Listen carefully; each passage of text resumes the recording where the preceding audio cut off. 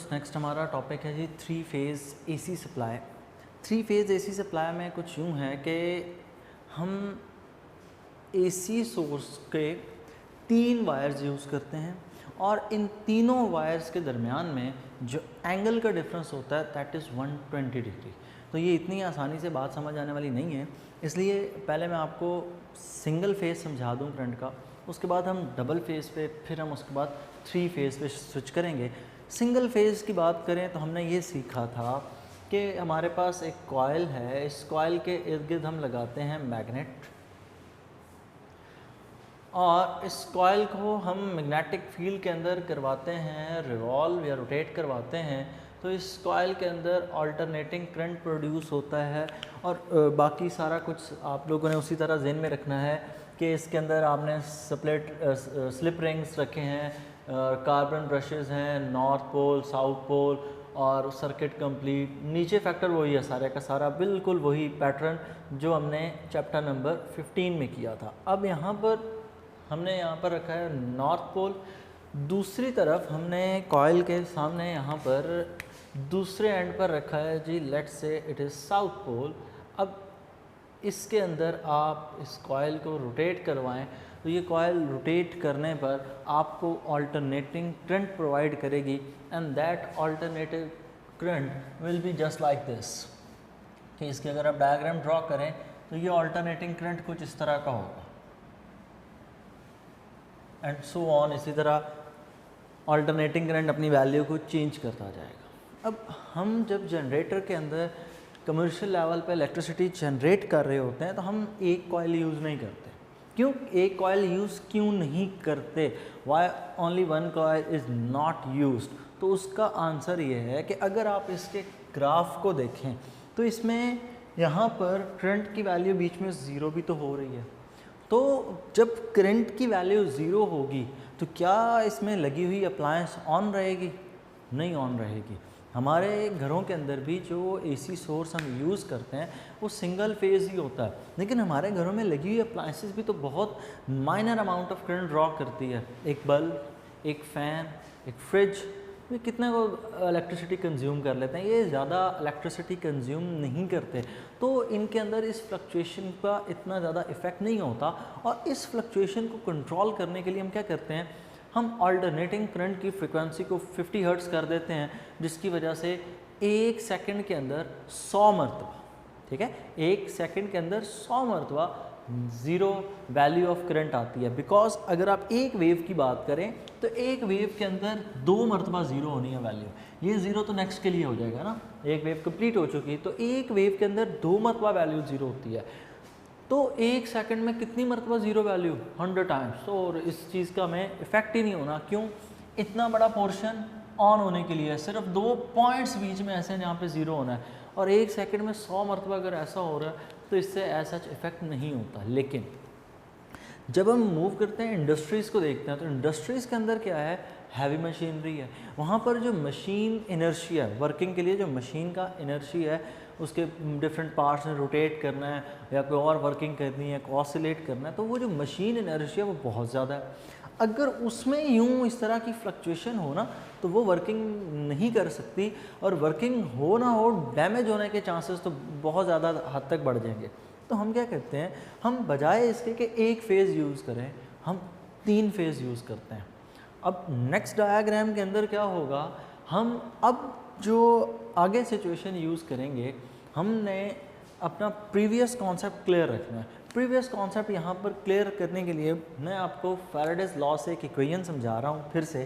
Faraday's law में हमने पढ़ा था Faraday's law of electromagnetic induction minus N delta phi over delta T, minus direction के लिए था तो आप लोगों को कंफ्यूज नहीं करना, इसलिए मैं उसको कैंसिल आउट कर रहा हूँ। अब रहेगा ये change in flux with respect to time. इस फ्लक्स के चेंज को N delta phi B dot delta A over T, हमने कुछ यूँ पढ़ा था कि हम एरिया को चेंज कर लेते हैं, हम वो उस रॉड को मूव करवा रहे थे। अब हम क्या करेंगे, हम ईएमएफ इंड्यूस करवाने के लिए एरिया को चेंज करते थे तो फ्लक्स चेंज हो जाता था। अब हम एरिया को नहीं करेंगे बल्कि हम बी को चेंज करेंगे। तो ईएमएफ इंड्यूस करवाने के लिए हम फार्मूला यूज़ करेंगे डेल्टा बी।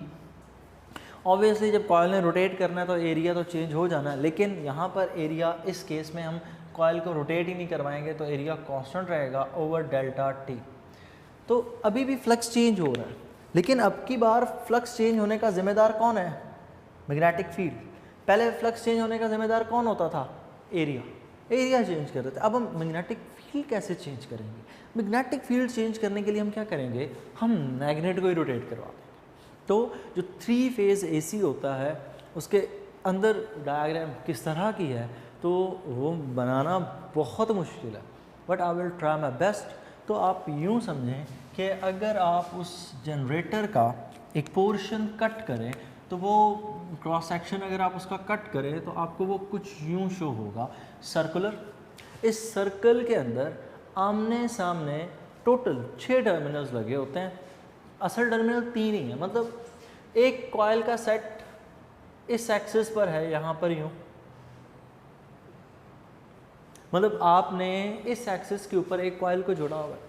दूसरी कॉयल यहाँ पर इसके साथ 120 का एंगल बनाती है और तीसरी कॉयल यहाँ से यूँ 360। अब कैसे, ये बात समझें। ये एक कॉयल है, ये आप लेट से कह लें ये वाई एक्सिस के लिए कॉयल है, ठीक है। फिर इसी के ऊपर एक दूसरी कॉयल आपने इसी के अंदर यहाँ पर यूँ लगाई हुई और उसका एंगल कितना है? उसका एंगल इसके साथ बन रहा है 120। तो मैं ये पूरी यूँ ड्रॉ नहीं करता क्योंकि दरमियान में तो हमने लगाना है मैग्नेट, तो इसको हम कुछ यूँ ड्रॉ करते हैं कि फर्स्ट कॉयल यहाँ पर आपने उसको कुछ यूँ बना रखा है, ये है जी कॉयल नंबर 1।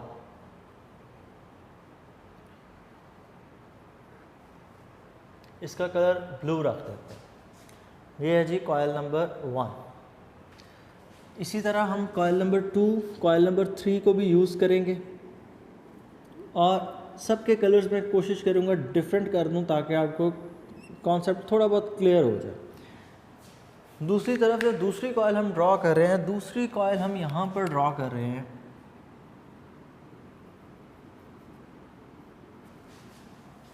ये यहाँ पर आ गई हमारे पास दूसरी कॉयल, इसका एक टर्मिनल, कॉयल यहाँ पूरी एक्सटेंडेड होती है ना, तो दूसरा इसका टर्मिनल बिल्कुल इसके सामने यहाँ पर। अब सबसे पहले तो हम देखते हैं जी इन दोनों के दरमियान में एंगल कितना है। इन दोनों के दरमियान में एंगल ड्रॉ करने के लिए आप बेशक एक्सिस का सहारा ले लें। तो अगर हम इसमें एक्सिस ड्रॉ करें तो यहाँ पर ये वाई एक्सिस और यहाँ पर ये हमारे पास आ जाएगा एक्स एक्सिस। यहाँ से यहाँ तक एंगल 90 और ये आगे थोड़ा सा आगे है तो यहाँ तक ये जो एंगल यहाँ पर यूँ बनता है, ये पूरे का पूरा एंगल बनता है दैट इज़ 120 डिग्रीज।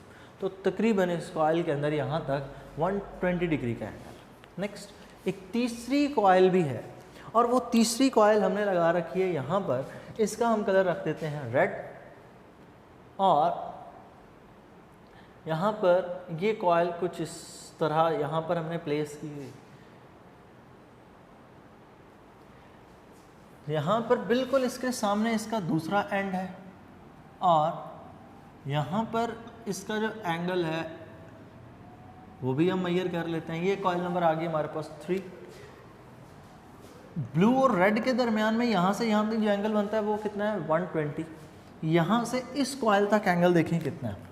अगर यहाँ से इस कॉयल तक ड्रॉ करें यहाँ पर यूँ, तो आप बेशक इसको मेजर कर लें, ये भी 60 आएगा, ये भी 60 आएगा। तो आपके पास ये जो एंगल होगा, ये एंगल भी हमारे पास कितना आएगा? 120 डिग्रीज। और आखिरी एंगल अगर आप यहाँ से इसका एंगल मेजर करें तो ये एंगल जो हमारे पास आएगा, ये एंगल भी हमारे पास कितना होगा? 120 डिग्रीज। सो इन तीनों कॉइल्स का जो आपस में एक दूसरे के साथ एंगल होता है दैट इज़ 120 डिग्रीज।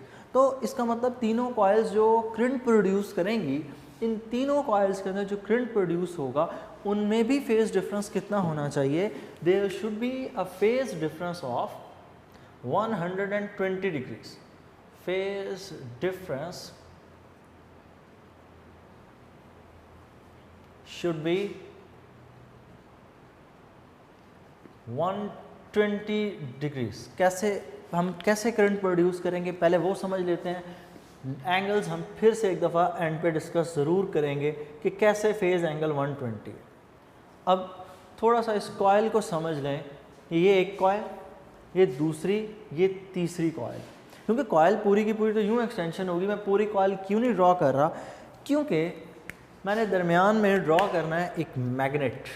तो यहाँ पर बीच में हमने रखा हुआ है एक मैग्नेट। ये मैग्नेट का नॉर्थ पोल और इसके नीचे दूसरे एंड पर यहाँ पर ये मैग्नेट का साउथ पोल। और इस मैग्नेट को अब हम करेंगे रोटेट। मैग्नेट को रोटेट करने से क्या होगा, मैं पहले मैग्नेट का मैग्नेटिक फील्ड ड्रॉ कर दूँ। तो मैग्नेट का अगर हम मैग्नेटिक फील्ड ड्रॉ करें तो इस मैग्नेट का मैग्नेटिक फील्ड कुछ यूँ ड्रॉ होगा कि एक तरफ आपने ऊपर बना देना नॉर्थ पोल, नीचे आ गया इसके साथ साउथ पोल। मैग्नेट के इर्द गिर्द मैग्नेटिक फील्ड लाइंस नॉर्थ से निकलती हैं, साउथ की तरफ जाती हैं। तो अगर मैं सिंपल डायग्राम ड्रॉ करूं, ज़्यादा डेप्थ में अगर हम ना जाएं और हम इसमें मैग्नेटिक फील्ड ड्रॉ करें तो हम मैग्नेटिक फील्ड कुछ यूँ ड्रॉ कर सकते हैं कि मैग्नेटिक फील्ड लाइंस नॉर्थ से निकल कर आ रही हैं south, just like this direction in सब की फ्रॉम नॉर्थ टू साउथ। तो ये आपके पास कुछ सिचुएशन आती है मैग्नेटिक फील्ड की। अब आप कंसिडर करें कि ये मैग्नेट रोटेट कर रहा है। अब मैग्नेटिक फील्ड को गौर से देखिएगा। जब मैग्नेट को आप रोटेट करेंगे हर कॉइल के लिए मैग्नेटिक फील्ड की वैल्यू चेंज होती रहेगी। ठीक है, डिपेंड किस चीज़ पे करता है कि आप इस वक्त किस कंडीशन में हैं। अब यहाँ से फेज़ एंगल मेरे लिए समझाना नामुमकिन है कि किस तरह, लेकिन एक कॉन्सेप्ट आपका जहन में रखिएगा। अभी इसके सामने, बिल्कुल इसके सामने नॉर्थ पोल है, इसके सामने दूसरी कॉइल के सामने बिल्कुल ये आप यूँ कह लें कि इसके बिल्कुल सामने ये पोर्शन है, और थर्ड जो रेड ट्रॉली है उसके बिल्कुल सामने ये। अब इन तीनों में यहाँ पर एंगल नोट कर लें कितना है, 120 डिग्री। जब मैग्नेट रोटेट करेगा तो ये उसी तरह से अपना अपना स्विच करेंगे, लेकिन तीनों में एंगल फिर भी कितना रहेगा, 120 डिग्री ही रहेगा। तो इसलिए हम यहाँ पर कहते हैं कि यहाँ पर फेज डिफरेंस कितना होगा, 120 डिग्री। तो मतलब आपने कॉइल्स को लगाना ही इस तरह से है कि उनमें 120 का शिफ्ट हो। 120 लगाना क्यों ज़रूरी है, ताकि तमाम तर कॉइल्स एक जितने डिस्टेंस पर हो। जाहिर सी बात है, ये सर्कल है ना, तो आपने 3 कॉइल्स लगानी है। सर्कल का टोटल एंगल 360 डिग्री, तो तीनों कॉइल्स को इक्वी डिस्टेंस करने के लिए हम 120 डिग्री का फिर एंगल रखेंगे। तो ये तीनों का डिस्टेंस आपस में सेम होगा। तीनों का जब डिस्टेंस सेम होगा तो तीनों का आपस में जो फेज़ डिफरेंस होगा वो भी कांस्टेंट रहेगा। तीनों का जो आपस में फेज़ डिफरेंस रहेगा वो कांस्टेंट रहेगा। फेज़ डिफरेंस कितना रहेगा, फेज़ डिफरेंस 120 ही रहेगा। कैसे, अब थोड़ी सी इस बात को समझने की कोशिश कीजिएगा। देखिए, इस वक्त ये कॉइल नॉर्थ पोल के बिल्कुल सामने, सपोज इस पे करंट की वैल्यू अभी 0 है, आहिस्ता आहिस्ता इंक्रीज़ हुई, फिर उसी तरह जब ये मैग्नेट रोटेट करता रहा तो रोटेशन कंप्लीट होने पर यहाँ तक फिर मैक्सिमम होती है। सेम इसी तरह जब आप इस कॉइल को देखेंगे, मैग्नेट ने जब यहाँ से रोटेट करना शुरू करना है तो इसने तो स्टार्ट ही 120 से लेना है। तो ये आपको, जब आप इस के लिए जब आप करंट की डायग्राम ड्रॉ करेंगे, ब्लू वाले के लिए आपने कहाँ से स्टार्ट की, 0 से। जब आप ब्लैक वाले के लिए डायग्राम ड्रॉ करेंगे तो ब्लैक वाले के लिए डायग्राम आपके पास कुछ यूँ ड्रॉ होगी कि आप स्टार्ट ही उसको करेंगे 120 डिग्री से, मतलब ये यूँ ड्रॉ होगी। ठीक है, कि यहाँ पर जो आपको एंगल, स्टार्टिंग एंगल मिल रहा होगा वो कितना होगा, that starting angle will be 120 degree. और मैं इतना श्योर कैसे हूँ कि ये एंगल 120 डिग्री ही है, वो इसलिए कि इसकी मैक्सिमम वैल्यू यहाँ पर कहीं पर बनती है 90, और 90 से थोड़ा सा आगे ये एंगल कितना है, 120। फिर इसी तरह रेड वाला, रेड वाली जो कॉयल होगी ये कहाँ से स्टार्ट होगी? रेड वाली कॉयल स्टार्ट होगी 240 डिग्रीज। 240 डिग्री तकरीबन कहाँ पर आता है? तो यहाँ पर होता है 270, तो इससे थोड़ा सा पीछे यहाँ पर। तो जब आप रेड के लिए ड्रॉ करेंगे यही ग्राफ, तो रेड के लिए यही ग्राफ यहाँ से कुछ यूँ ड्रॉ हो रहा होगा, ठीक है। और पीक की हाइट तीनों के लिए सेम, उसके बाद तीनों के लिए जो इन अ सेंस वेवलेंथ कह लें वो सेम, ठीक। तो ये आपके पास डायग्राम बनेगी फॉर द थर्ड केस। इसका यही स्टार्टिंग पॉइंट होगा और यहाँ पर ये जो इसका फेज़ होगा ये कितना होगा? ये एंगल होगा 240 डिग्री। इसका जो इस वक्त यहाँ पर अब जब आप इसको ड्रॉ करेंगे तो आप यहाँ पर जो एंगल लिखेंगे वो एंगल कितना लिखेंगे इस पॉइंट पर? इस पॉइंट पर हम एंगल लिखेंगे that this angle is at this point angle is 120 degree, और इस पॉइंट पर यहाँ पर इसका एंगल कितना होगा? That will B 0 degree. तो तीनों का फेज़ डिफरेंस देख लें कितना आता है। तीनों का फेज़ डिफरेंस आपस में 120 डिग्रीज का है। तो 3 फेज़ एसी जनरेटर के अंदर हम क्या करते हैं? हम इस मैग्नेट को रोटेट करवाते हैं। मैग्नेट को जब रोटेट करवाते हैं तो कॉइल नंबर 1, 2 और 3 तीनों में करंट प्रोड्यूस होना शुरू हो जाता है, लेकिन तीनों के अंदर जो करंट प्रोड्यूस होता है वो अलग अलग होता है। अच्छा, अब ये भी ध्यान में रखिएगा,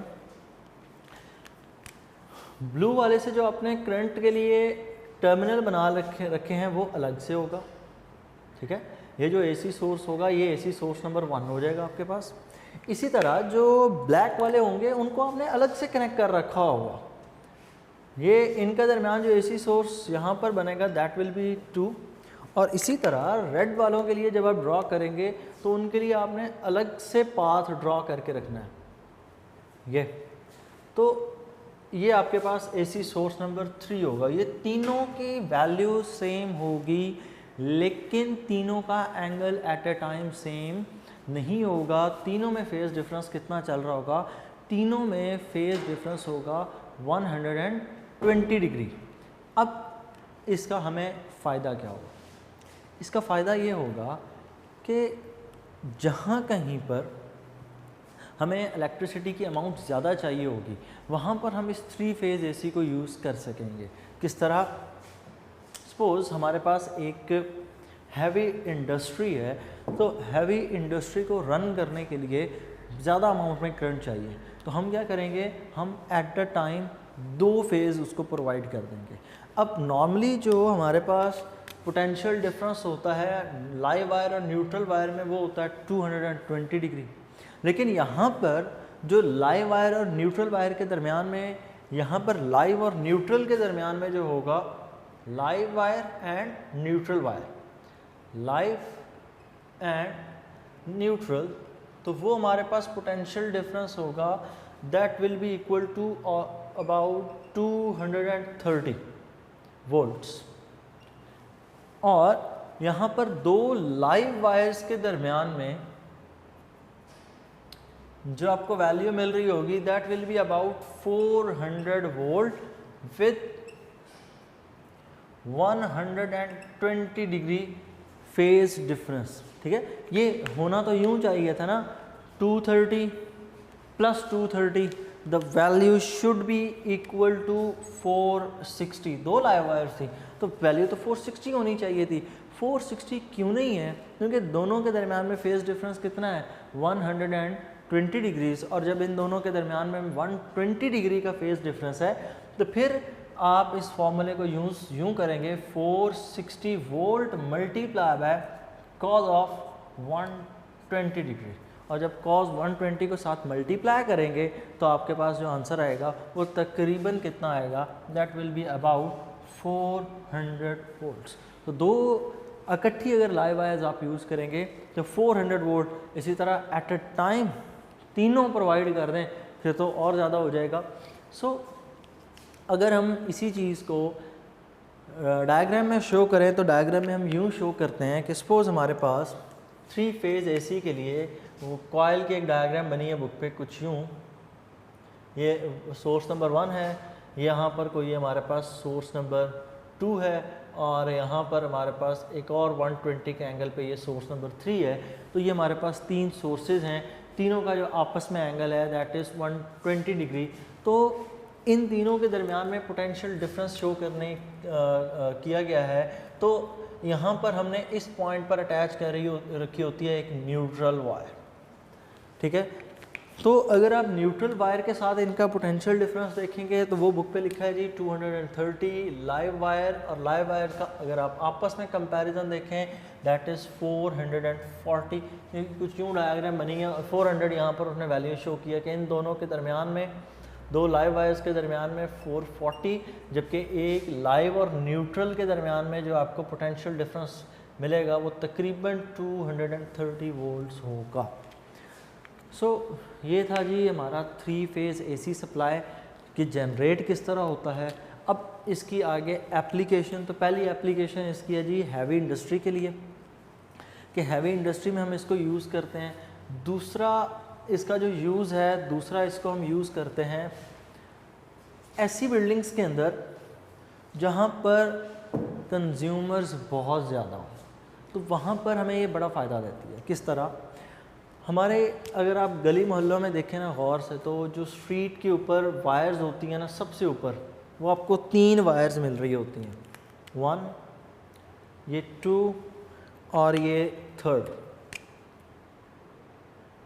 ये पहली वायर है 0 के एंगल के साथ, ये दूसरी वायर है 120 के एंगल के साथ, ये तीसरी वायर है 240 के साथ। तो हम इन वायर्स को जब बड़ी बिल्डिंग्स के लिए यूज़ करते हैं तो बड़ी बिल्डिंग्स में के लिए इनको यूँ यूज़ किया जाता है कि सपोज़ ये आपके पास कोई भी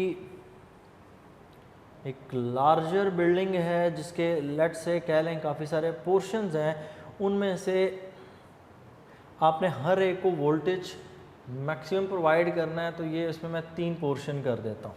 तो हम क्या करेंगे, हम यहाँ से इस पोर्शन के अंदर इलेक्ट्रिसिटी सारी की सारी इसकी मदद से प्रोवाइड करेंगे, दूसरे पोर्शन में हम यहाँ से इलेक्ट्रिसिटी प्रोवाइड कर देंगे, और 3rd पोर्शन में यहाँ से हम प्रोवाइड कर देंगे, और साथ तीनों को एक एक न्यूट्रल वायर भी देनी है। ये तो तीनों आपने दी ना लाइव वायर्स, ये तीनों लाइव वायर्स हैं।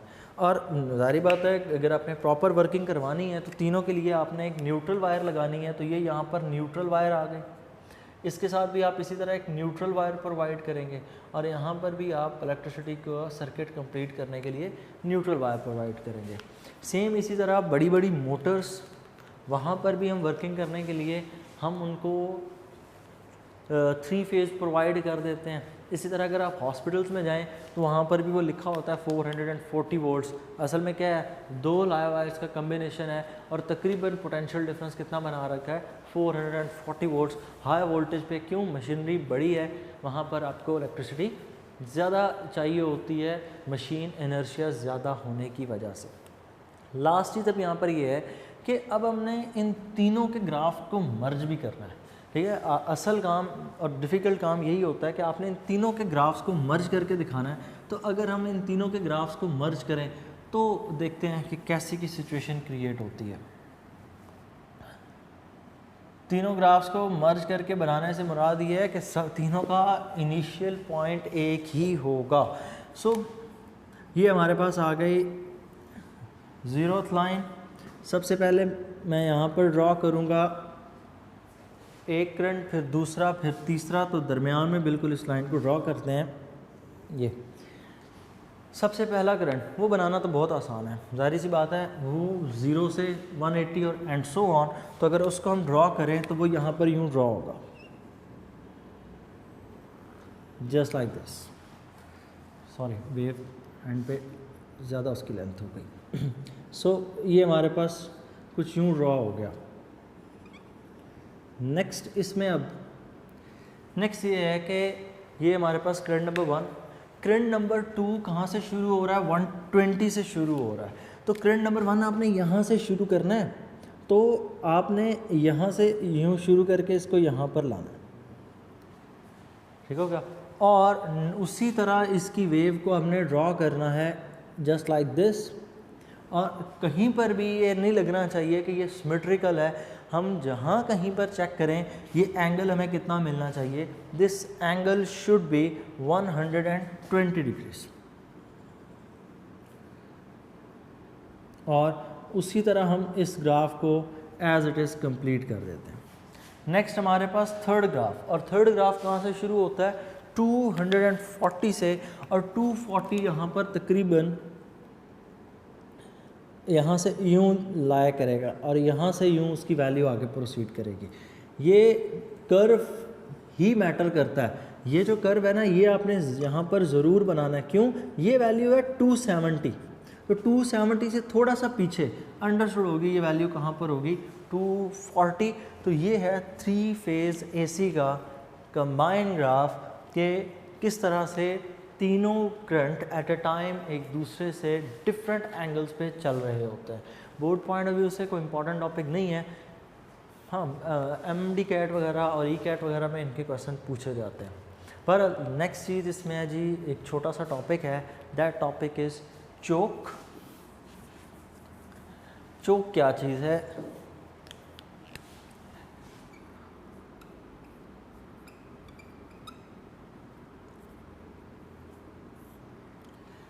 हमने चैप्टर नंबर 14 में जब बात स्टार्ट की तो हमने उधर एक लिखा कंपोनेंट, एक कॉइल, हमने इसका प्रॉपर नाम लिखा तो हमने इसे कहा इट इज़ अ सोलेनॉइड। हमने इसको मज़ीद बेहतर किया, हमने इसको इलेक्ट्रिसिटी प्रोवाइड की तो हमने इसे नाम दे दिया इट इज़ इलेक्ट्रोमैग्नेट। हमने इसे टेम्परेरी मैग्नेट भी कहा, हमने इसको टेम्परेरी मैग्नेट भी कहा, it is also known as temporary magnet. इसका तीसरा एक और नाम हमने रखा, हमने इसको कहा इट इज़ एन इंडक्टर। और इसको हमने बनाया किस तरह, हमने सबसे पहले एक बनाई सॉफ्ट आयरन कोर, उस सॉफ्ट आयरन कोर के ऊपर हमने एक वायर को वाउंड किया, उसको लपेट दिया इसके ऊपर, तो वो वायर हमने कुछ यूँ लपेटी थी इसके ऊपर,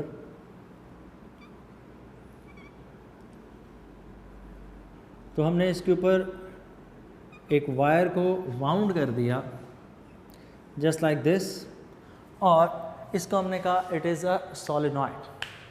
ठीक है, तो ये जो आपने वायर वाउंड की इसके लिए नाम था कॉइल, इसको सोलेनॉइड का, इलेक्ट्रोमैग्नेट का, टेम्परेरी मैग्नेट का, इंडक्टर का।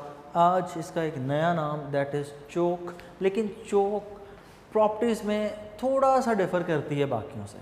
कैसे डिफ़र करती है, नंबर 1, ये जिस वायर की बनी हो उसकी थिकनेस ज़्यादा होनी चाहिए, लार्जर थिकनेस के साथ होनी चाहिए, larger thickness of the wire, कि जो वायर आपने के ऊपर वाउंड किया ना इसकी थिकनेस ज़्यादा होनी चाहिए। अब वायर की थिकनेस जितनी ज़्यादा होगी उससे फ़र्क क्या होगा, उससे फ़र्क ये होगा, हमने पढ़ा था resistance is equal to ρL/A। आप थिकनेस ज़्यादा करने पर आप इस एरिया को इंक्रीज़ कर रहे हैं, जब ये एरिया इंक्रीज़ करेगा रेजिस्टेंस ऑटोमेटिकली कम हो जाएगी, तो हम यहाँ पर कहेंगे इट हैज़ लो रेजिस्टेंस, कि इसकी रेजिस्टेंस कम होती है। ठीक है हो गया। नेक्स्ट इसका फंक्शन, तो ये सर्किट्स के अंदर रेगुलेशन का काम करती है कि करंट की एक फ़िक्स वैल्यू को फ़्लो करवाती है। ऐसे का ही एक कंपोनेंट लगा होता था, किसी ज़माने में ट्यूबलाइट्स हम यूज़ करते थे, तो वो ट्यूबलाइट के अंदर एक होता था, चोक लगी होती थी और उसको स्टार्टर भी कहते होते थे, और उसको रोटेट करने पर वो ट्यूबलाइट कभी कभार जब वो ऑन नहीं हो रही होती तो ऑन कर देते थे, तो उसके अंदर वो चोक यूज़ होती है, उसके अंदर वो इंडक्टर को हम यूज़ करते हैं। बस उस इंडक्टर की प्रॉपर्टी क्या है, उस इंडक्टर की प्रॉपर्टी ये है कि जो उसमें वायर आपने यूज़ करनी है that should be a bit thicker. जब वो थिकर होगी तो रेजिस्टेंस कम होगी, तो सर्किट को के अंदर एक करंट को रेगुलेट करने के काम आएगी। सो ये था हमारा 3 phase AC and the choke. Next topic जो हमारा है ना दैट इज़ इलेक्ट्रोमैग्नेटिक वेव्स। और इलेक्ट्रोमैग्नेटिक वेव्स को समझने के लिए, पढ़ने के लिए चैप्टर नंबर 12 14, 15, 16 सारों को मर्ज कर देंगे और वो तमाम तर चैप्टर्स की जो मेन थेरीज़ हैं उन्हीं को मिलाकर इलेक्ट्रोमैग्नेटिक वेव्स तक हम पहुंचेंगे। और मैं उम्मीद करूंगा कि आपके पिछले कॉन्सेप्ट स्ट्रॉन्ग हों। अगर पिछले कॉन्सेप्ट स्ट्रॉन्ग होंगे तो ऑटोमेटिकली कल का टॉपिक समझ आने वाला है। अगर आपके कॉन्सेप्ट स्ट्रॉन्ग नहीं है और आप ये समझते हैं कि आप इलेक्ट्रोमैग्नेटिक वेव्स को कर लेंगे, कर तो आप फिर भी लेंगे लेकिन उस लेवल पे नहीं जिस लेवल पे मैं करवाना चाह रहा हूँ, तो कोशिश कीजिएगा कि आप प्रीवियस टॉपिक्स उनमें से नंबर 1